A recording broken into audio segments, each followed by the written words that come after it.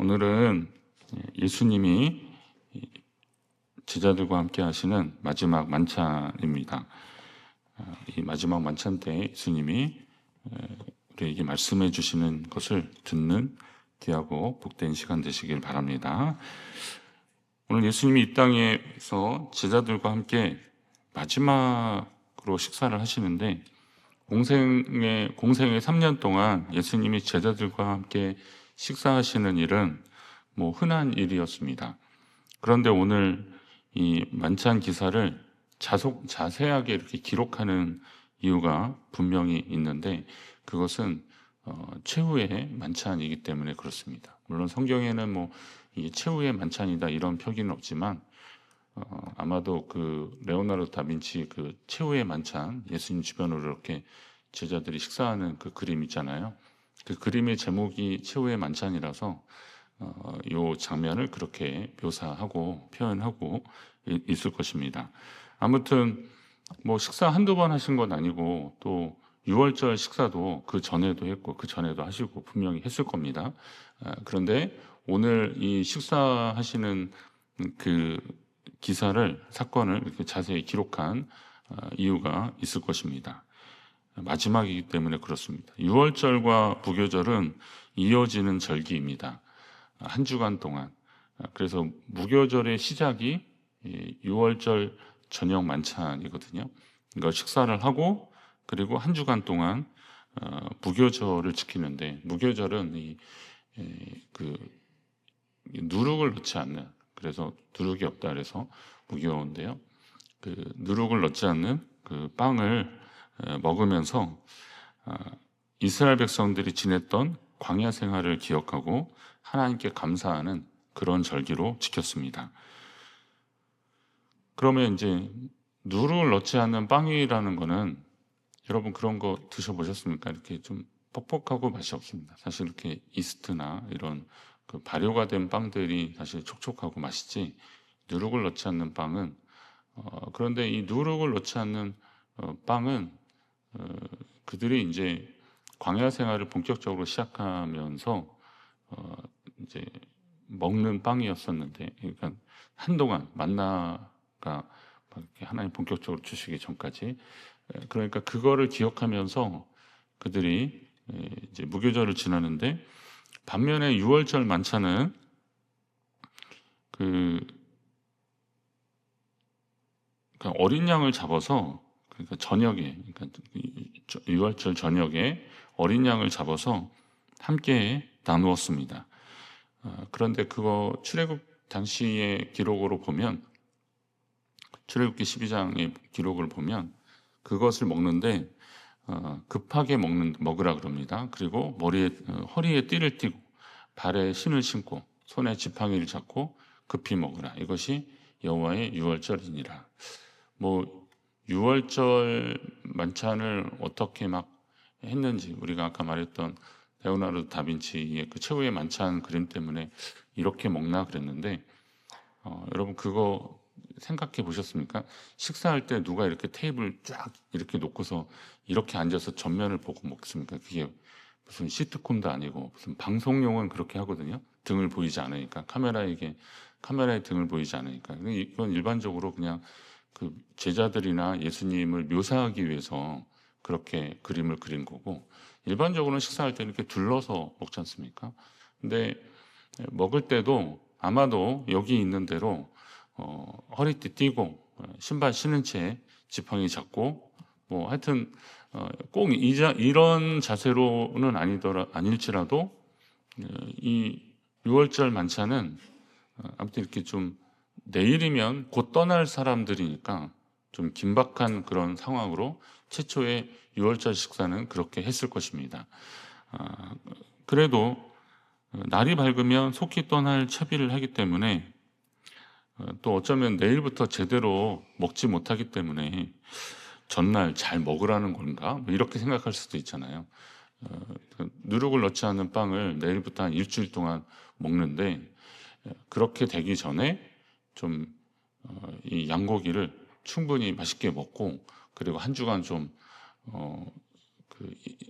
그런 모습으로 살아가는 것은 그 때문에 그럴까라고 하는 그런 생각을 하게 되는데, 예전에 한번 어떤 분이 저한테 그 식사를 한번 하러 가시자 그러더니 뭐 이렇게 뷔페 식당에 갔어요. 호텔 뷔페 식당에 갔는데 맛있게 잘 먹었어요. 그랬더니 목사님 오늘까지만 잘 드시라는 거예요. 그래서 무슨 얘기인가 그랬더니 갑자기 제가 그때 좀 몸이 허해 보였는지 이상했는지 어디 뭐 한약방을 갔어요. 근데 이 한약방이 신기한 게 무슨 이렇게 약을 처방해 주는 데가 아니라 이 체질을 이렇게 얘기해 주는 그런 한약방이더라고요. 그러더니만 저는 먹을 것과 그러니까 먹지 말아야 되는 거 이런 리스트를 이렇게 체질을 말하면서 이걸 주더라고요. 가만히 보니까 제가 좋아하는 거는 다 먹지 말라고 그렇게 돼 있더라고요. 그래서 이런 거 안 먹으면 어떡하냐 그랬더니 이 체질상 이걸 먹으면 안 된다는 거예요. 무슨 사상체질 뭐 이런 거 있잖아요. 그래서 지금도 제가 해산물 먹을 때마다 약간 찜찜하긴 한데 그거는 저한테 안 맞는다 그러는데 그냥 저는 그냥 그 이제 무시하고 그냥 식사는 하긴 하는데, 근데 그분은 그거를 굉장히 중요하게 여기는 분인데 어쩌다가 제가 거기 끌려가가지고 그런 이제 체질을 이렇게 한번 파악하는 그런 시간이 있었어요. 근데 그때 그분이 그런 얘기 하시더라고요. 오늘까지 마음껏 드시고 내일부터는 이제 그대로 하셔야 된다고. 그래서 이 6월절 만찬 기사를 읽을 때 제가 그런 비슷한 생각을 했던 것이 생각이 났어요. 어렸을 때 말씀 묵상하면서 내일부터 누룩 넣지 않는 빵을 그냥 그 맛없는 빵을 먹을 테니 오늘 6월절 저녁 식사는 양을 잡아서 맛있게 먹어라. 뭐 이런 건가라고 했는데 이제 이 어린 양의 의미를 알면 이게 무슨 말이구나라는 것을 우리는 다 알 것입니다. 6월절 만찬에 사용된 어린 양을 먹게 되는데 여러분 이 어린 양이 어떤 양인지 한번 생각을 해보십시오. 이 양은 가축이거든요. 그냥 들에서 막 이렇게 지나가는 거 잡아온 게 아니에요. 집에서 키우던 거예요. 그러면 양은 사실 그 나중에 뭐 식량으로 쓰기도 하지만 거의 뭐 식구처럼 이렇게 같이 지낼 수 있는 그런 존재잖아요. 뭐 목축을 그게 막 몇백 마리씩 막 그렇게 하는 사람들도 있겠지만 보통은 일반적으로 집에서 키우는 뭐 몇 마리 안 되는 그런 양 중에 어린 양을 잡으라라고 하는 건데 그 양을 잡아서 먹는다는 게 이게 보통 일은 아니잖아요. 그리고 그 양을 잡아 피를 문설주에 발라야 장자가 죽는 재앙을 피할 수 있다라는 명령을 들은 이스라엘 백성들. 근데 이거는 사실 그런 생각도 해봤어요. 이 믿음이 없으면 이런 일을 할 수가 없는 거예요. 양을 잡아서 그 피를 문설주에 바른다는 거는 여러분 누가 당신 그 양이 아닌 무슨 피라도 이거 문설주에 바르면 오늘 밤에 당신 집의 장자가 죽지 않고 살 거다라는 이런 이야기를 들었는데 그거 믿지 않으면 그 피를 여러분 대문에다 바를 자신 있으십니까? 사람들이 이거 무슨 세상 말로 무슨 만신집이냐 뭐 이런 소리 나오고 별소리 다 나올 텐데 그거 바른다는 것은 사실 쉬운 일은 아닌데 그걸 하는 거예요. 그걸 하는 거예요. 그러면 아까 말했던 대로 아깝고 정들었던 그 양을 잡아야만 했던 것입니다. 그런데 이 6월절 어린 양의 희생을 통해서 하나님은 이스라엘 백성들이 살 수 있다라는 약속을 해 주시는 거예요. 이 6월절 어린 양을 그 피를 그 문설주에 발라야 살 수 있다라는 겁니다. 나중에 이 6월절 규례를 꼭 지키라고 말씀하시면서 어느 정도냐면 그 출애굽 한 이달을 원년인데 그 달에 하는데 혹시 그 무슨 정결법에 의해서 부정케 된 사람은 그 다음 달에 그걸 하라는 거예요. 6월절 그 절기를 지키는 그 일을 다음 달에라도 이걸 꼭 하라고 그렇게 명하십니다.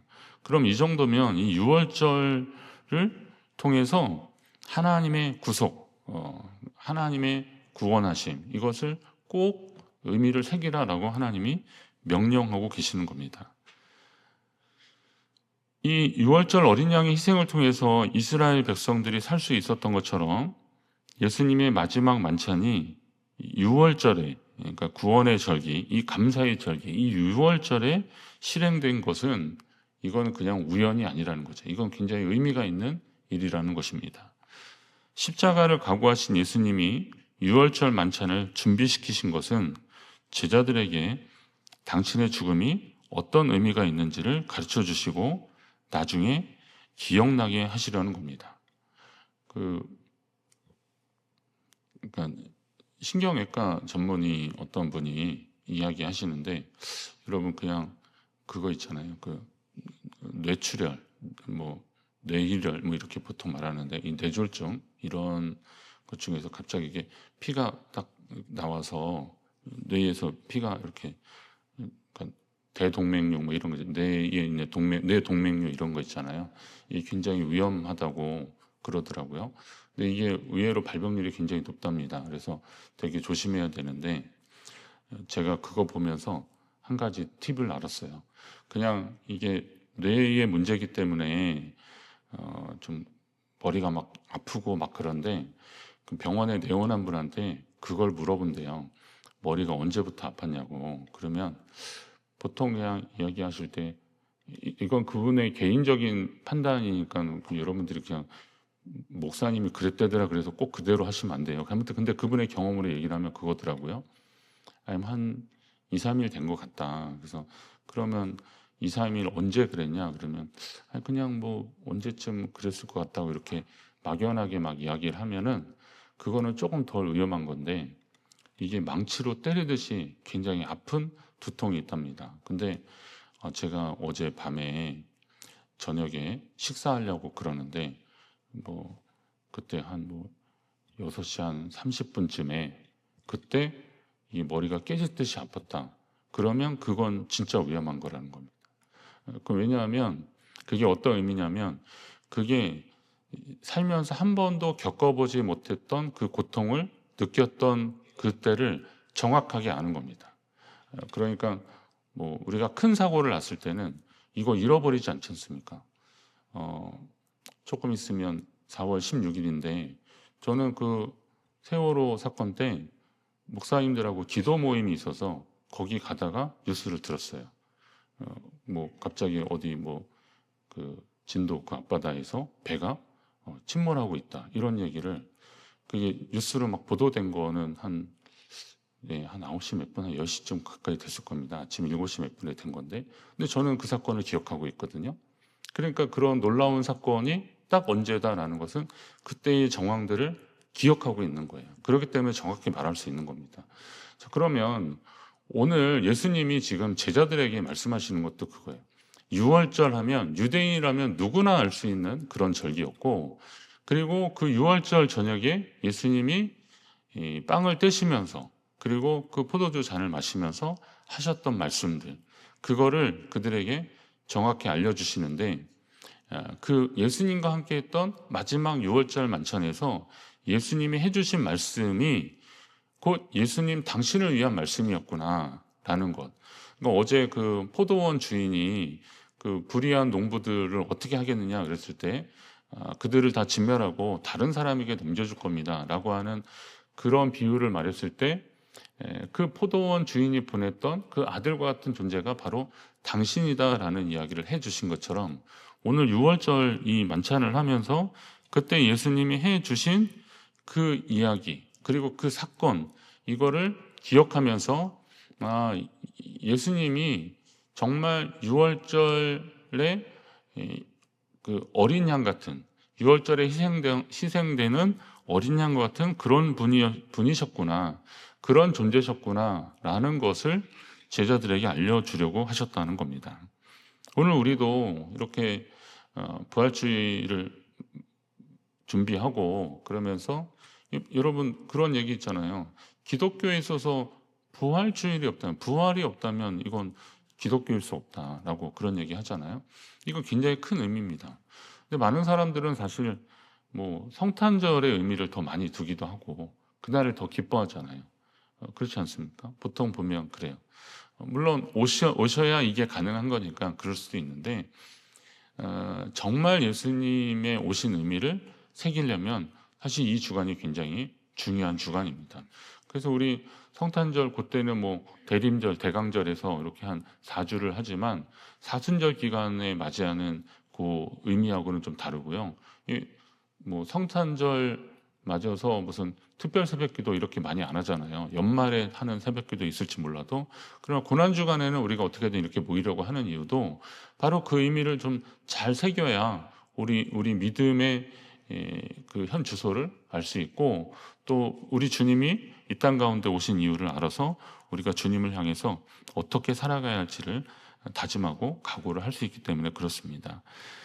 이 십자가를 각오하신 주님이 지금 제자들에게 말씀해 주고 계십니다. 이게 어떤 의미냐 이거죠. 그런데 그 준비하는 과정에서도 제자들은 아주 특별한 체험을 합니다. 예루살렘 성내에 어느 집으로 갈지, 음식은 어떻게 준비할지 예수님이 이미 다 하셨어요. 그래서 물동을 이고 지나가는 사람을 따라가서 유월절 만찬을 준비할 것을 내어달라고 하는 겁니다. 이게 사실 일반적으로 그냥 상식적인 일은 아니잖아요. 그런데 그렇게 하라는 거예요. 근데 제자들은 이미 그 얼마 전에 경험했어요. 그 벳박에 거기서 그 나귀를 가져오라고 할 때도 그랬고, 신기하다. 그래서 한 둘이 가가지고 지난번에도 그런 일이 있었는데 정말 그 일이 가능할까?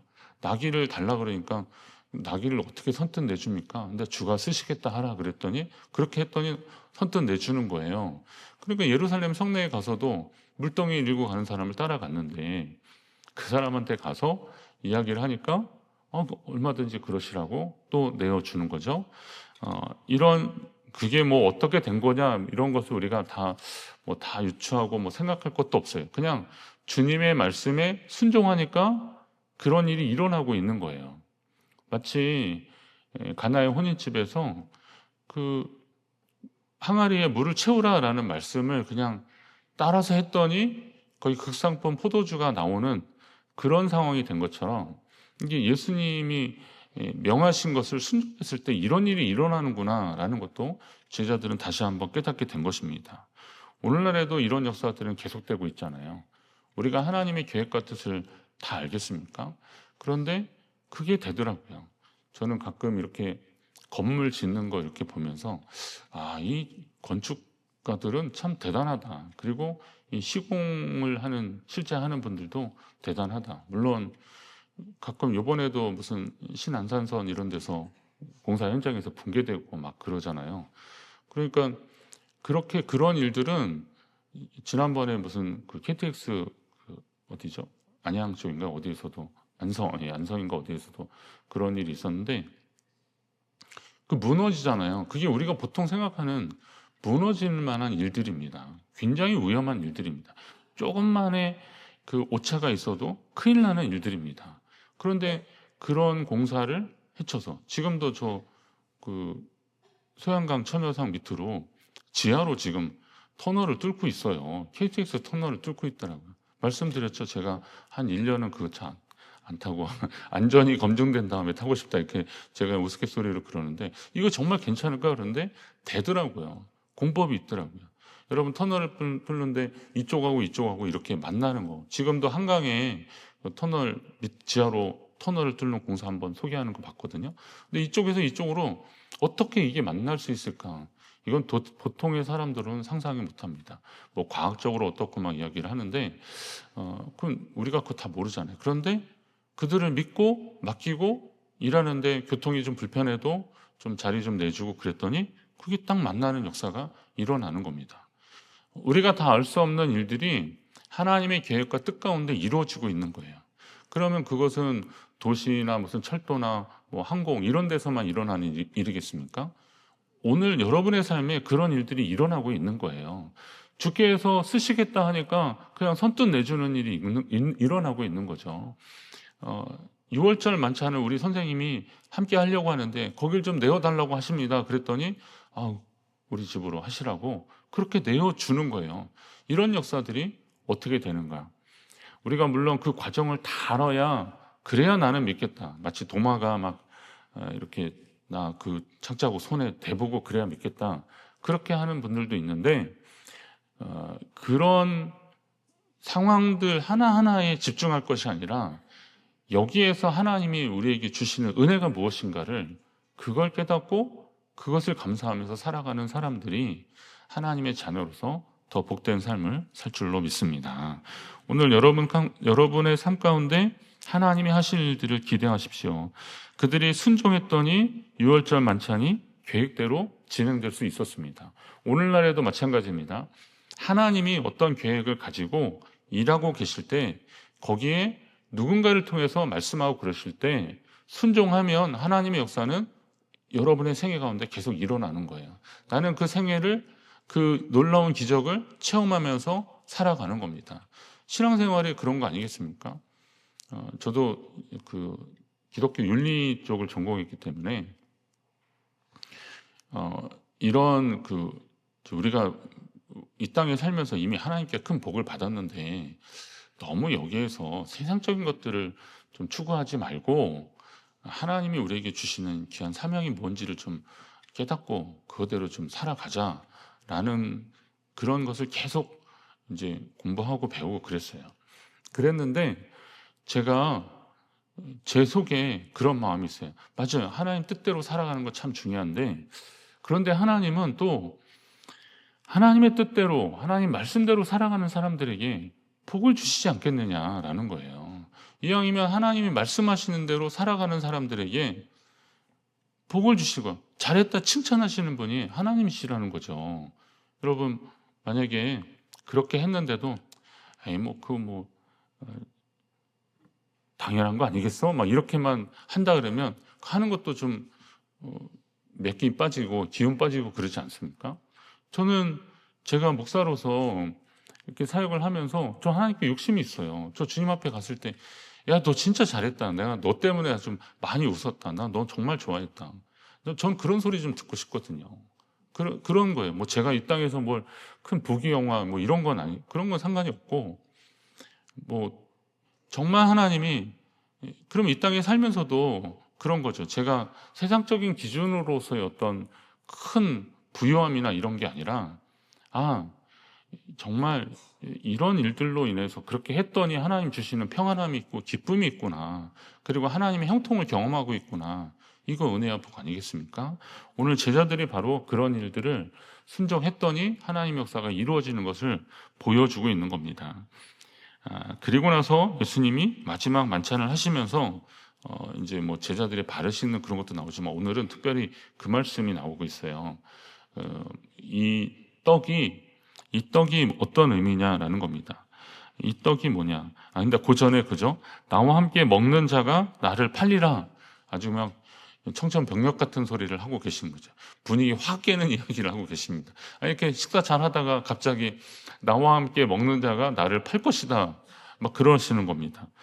그러니까 어떤 분들은 아까 최후의 만찬 그림에서 예수님 옆에 있는 사람이 누굴까 그거 보는데 그건 의미는 없어요. 왜냐하면 아까 제가 말씀드렸듯이 이렇게 둘러서 먹기 때문에 거기서 같이 먹고 있어서 예수님 바로 옆에 누군지가 이게 중요한 게 아니에요. 그 손은 그 그릇에 다 들어갔을 테니까.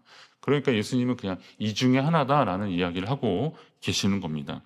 그런데 저는 이 말씀을 묵상하면서 계속 느끼는 게 뭐냐면 제자들의 반응이 놀랍습니다. 물론 베드로가 요한한테 누군지 한번 여쭤보라고 막 그런 기사도 다른 데 있지만 그런데 제자들이 거의 하는 말은 나는 아니죠 이러더라고요. 나는 아니죠.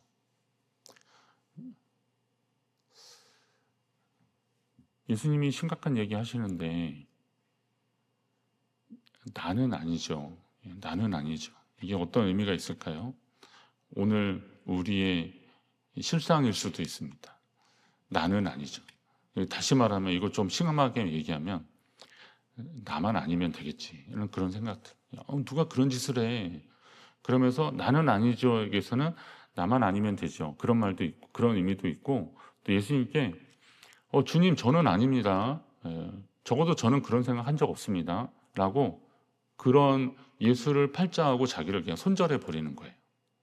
그런데 만약에 이게 아직 이 제자들이 성령 받지 못하고 뭐 말하자면 이제 그 오손절 성령을 말하는 거예요. 이미 예수를 주로 고백하는 그 순간이 성령이 임한 건 맞지만, 그러나 진정으로 예수님의 의미를 아는, 그리고 땅끝까지 이르러 주의 증인이 되는 그런 결단과 결심을 하기 이전에 성숙되지 못한 제자들이라면 지금 이런 주님의 말을 들었을 때 우리 중에 그런 사람이 있단 말인가? 라고 서로를 돌아보는 계기로 삼았어야 되는 거예요. 그런데 나는 아니죠 라고 자꾸 그러는 거죠. 저는 아닙니다. 저는 절대 그런 생각 아닙니다. 괜히 의심하지 마십시오 라고 손절하면서, 예수를 팔자에서 손절하면서 거리를 두는 거죠. 사람들의 오해는 피할 수 있을지 모르겠지만, 그러나 그런 공동체가 과연 건강한 공동체겠느냐, 우리 한번 잘 생각해 보셔야 됩니다. 교회에서 어떤 일이 일어나고 있는데 누가 그런 일이, 좀 안타까운 일이 생겼거나 속상한 일이 생겼어요. 그러면 어떻게 하셔야 돼요? 그 당사자가, 이거 오늘 지금 예수님을 팔자라고 하지만 어쩌면 이것은 안타까운 일이잖아요.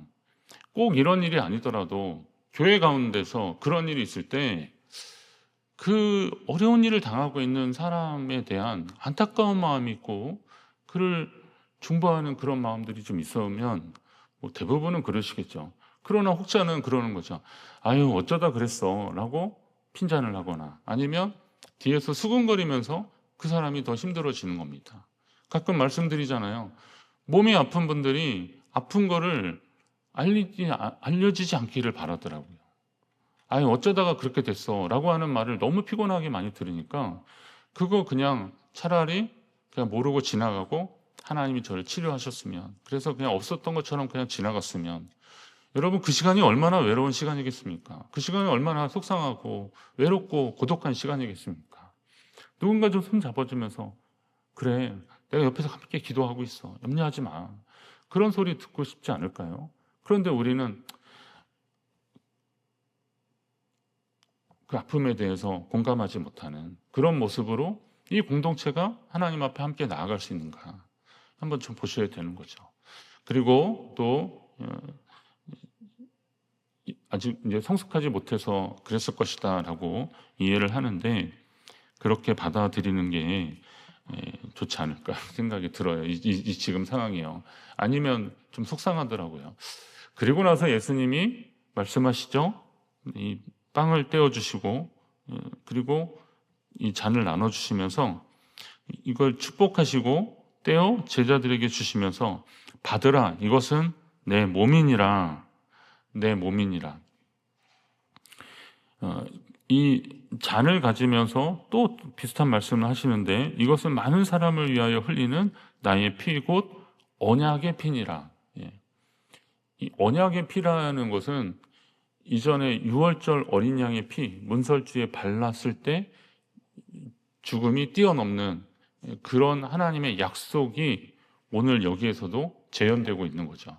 그래서 그 살과 그 피를 함께 나누는 사람들이 하나님의 구원받은 백성이 될 수 있다라는 이야기를 예수님 하고 계시는 겁니다.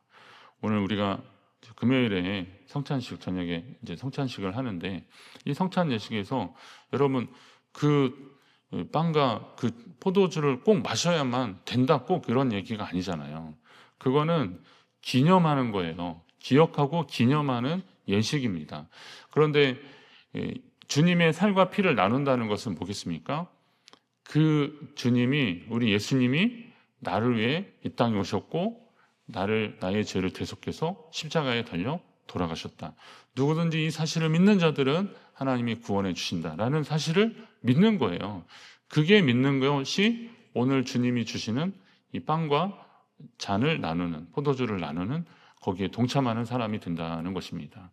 오늘 여러분의 믿음을 한번 점검해 보십시오. 그리고 여러분의 삶에 우리 주님의 살과 피가 나누어지고 있는가?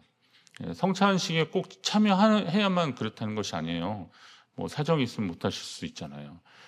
그리고 요즘은 그런 멘트 꼭 안 하는데, 혹시 이 잔과 이 빵과 잔을 나누시기에 합당하지 않은 분은 오늘은 하지 않으셔도 됩니다. 예전에 성찬식 때 다 그렇게 하기도 했거든요. 왜냐하면 내가 주님의 그것을 다 하기 좀 어렵다 그러면 이거 가톨릭이나 이런 성공회 쪽에서는 이거 굉장히 강조하더라고요. 그러나 저는 그렇게까지는 하진 않는데요. 아무튼 그것도 안 먹으면 또 왜 안 먹냐고 그거 가지고 또 막 그러시더라고요. 아니 그냥 그분이 그런 마음으로 안 드시면 그런 사정이 있나 보다라고 생각하시면 되는 거죠. 근데 중요한 것은 우리 마음에 우리 생애에 예수 그리스도를 함께 예수 그리스도의 살과 피를 나누는 그런 믿음의 체험이 있느냐라는 거죠. 그것을 주님이 말씀해 주시려고 가르쳐 주시려고 오늘 마지막 이 성만찬 예식을 하고 계시는 거예요. 이제 우리는 이걸 성만찬이라고 하지만 당시로서는 6월절 마지막 만찬이겠죠. 오늘 우리도 마찬가지입니다. 이 땅 가운데 예수 그리스도의 살과 피를 나누고 있는가? 그 살과 피 가운데 주시는 하나님의 이 새로운 언약, 이 약속을 믿고 하나님의 자녀로서 이 땅을 살고 있느냐 한번 점검하시면서 오늘도 주님과 동행하는, 그리고 한 주간 주님과 동행하는 저와 여러분 되시기를 간절히 바랍니다.